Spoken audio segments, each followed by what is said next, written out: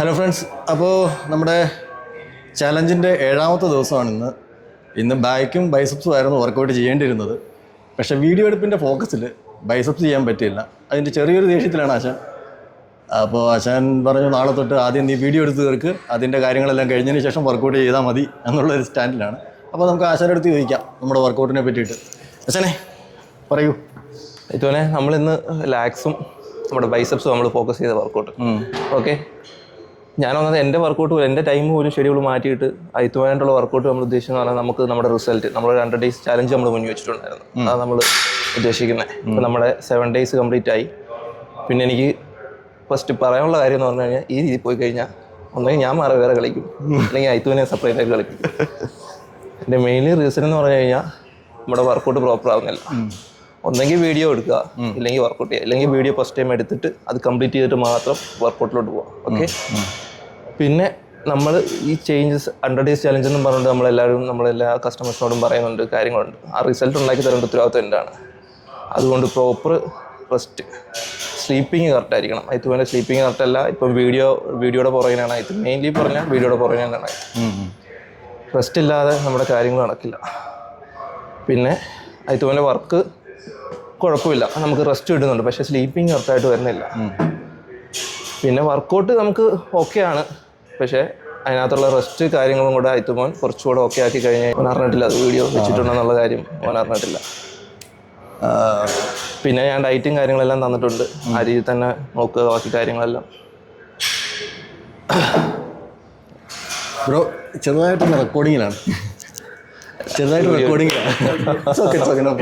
കുഴപ്പമില്ല. ലാക്സും ബൈസപ്സും ആയിരുന്നു അല്ലേ? വർക്കൗട്ടും ബൈസപ്സും ആയിരുന്നു നമ്മുടെ. അപ്പം ഇതൊക്കെയാണ് ഇന്നത്തെ വർക്കൗട്ടിൻ്റെ റിവ്യൂ. ആക്ച്വലി മുമ്പ് ജിമ്മ് തുറക്കുന്നതിന് മുമ്പ് ജിമ്മിൽ വന്നുകൊണ്ടിരുന്ന ഒരാളാണ് ഞാൻ. അപ്പോൾ കുറച്ച് നാളായിട്ട് നല്ല മടിയായിട്ടുണ്ടായിരുന്നു. ലൈഫ് സ്റ്റൈലൊക്കെ ഒന്ന് ചേഞ്ച് ആയപ്പോഴത്തേനും അതിനകത്ത് ഫോക്കസ്ഡ് ആയിപ്പോയി. അപ്പോൾ ജിമ്മിൽ നിന്ന് പതുക്കെ മാറി. പിന്നെ ആശാനാണ് എന്നെ നിർബന്ധിച്ച് ജിമ്മിൽ കൊണ്ടുവന്നത്. എല്ലാ ദിവസവും രാവിലെ ആശാൻ വിളിക്കുമായിരുന്നു, നീ കണ്ടിന്യൂ ചെയ്യുന്നില്ലേ, എന്താണ് ഇങ്ങനെ ഉഴപ്പി നടക്കുന്നതെന്നൊക്കെ ചോദിച്ചിട്ട് ആശാൻ തന്നെയാണ് എന്നെ ഫോഴ്സ് ചെയ്തത്. പിന്നീട് എനിക്ക് തന്നെ ഫീൽ ചെയ്ത് തുടങ്ങി, നല്ല രീതിയിൽ വർക്കൗട്ട് ചെയ്ത്. ആശാൻ്റെ കീഴിൽ തന്നെയായിരുന്നു ഞാനിതിന് മുമ്പും 1 ഇയറോളം ട്രെയിൻ ചെയ്തത്. അപ്പോൾ അന്ന് എനിക്കും കുറ്റബോധം ഫീൽ ചെയ്ത് തുടങ്ങി. പിന്നെ വൃത്തികെട്ട ഫാറ്റൊക്കെ വന്നു തുടങ്ങിയായിരുന്നു, കുഞ്ഞി കുടകറൊക്കെ വന്നു. അപ്പോൾ അതൊക്കെ കണ്ടു കഴിഞ്ഞപ്പോഴത്തേനും ആശാൻ്റെ അടുത്ത് തന്നെ ആൾക്കാർ ചോദിക്കാൻ തുടങ്ങി, അവനിപ്പോൾ വർക്കൗട്ടൊന്നും ചെയ്യുന്നില്ലേ. അപ്പോൾ ആശാൻ എന്നെ വിളിച്ചിട്ട് അതുപോലെ ചോദിച്ചു, നിൻ്റെ പ്രശ്നം എന്താണ്, നീ എന്താ ജിമ്മിൽ വരാത്തത് എന്നൊക്കെ ചോദിച്ചാൽ ആശാൻ തന്നെ എന്നെ മോട്ടിവേറ്റ് ചെയ്ത്. പിന്നെ ഞാൻ പറഞ്ഞല്ലോ, എൻ്റെ കുറച്ച് ഫ്രണ്ട്സൊക്കെ ഉണ്ടായിരുന്നു. അപ്പോൾ അവരെല്ലാം മോട്ടിവേറ്റ് ചെയ്തതിനെ തുടർന്നിട്ടാണ് വീണ്ടും ഇവിടത്തേക്ക് വന്നു തുടങ്ങിയത്. പിന്നെ എനിക്കൊരു കംഫർട്ട് സോണാണ് ആശാനും പിന്നെ ഇവിടുന്ന് 2-3 പേരുണ്ട്. പിന്നെ ഈ ജിമ്മ് മൊത്തം കംപ്ലീറ്റ് വൈബാണ് കേട്ടോ. നിങ്ങൾ ഓൾറെഡി കണ്ടിട്ടുണ്ടാവും എൻ്റെ മുമ്പത്തെ വീഡിയോസിൽ. പിന്നെ ആശാൻ വളരെ ഒരു ബ്രദർഹുഡ് ഫീലാണ്.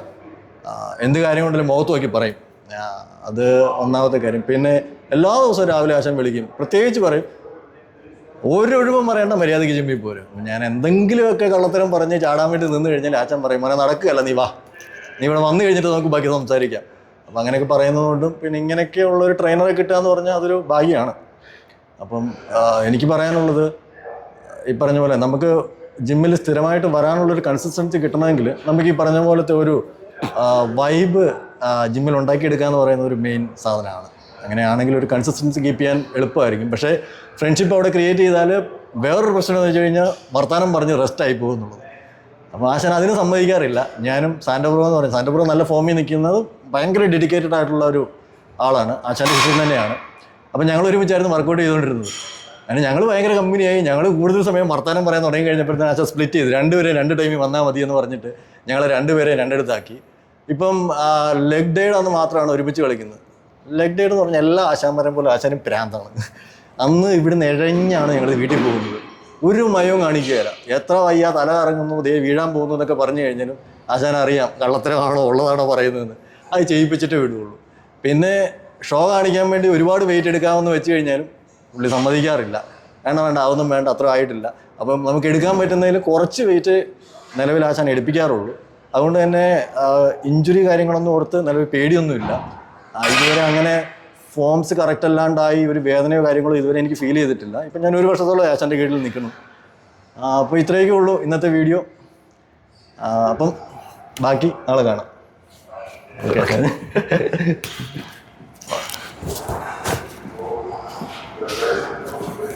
Sorry bro, thank you.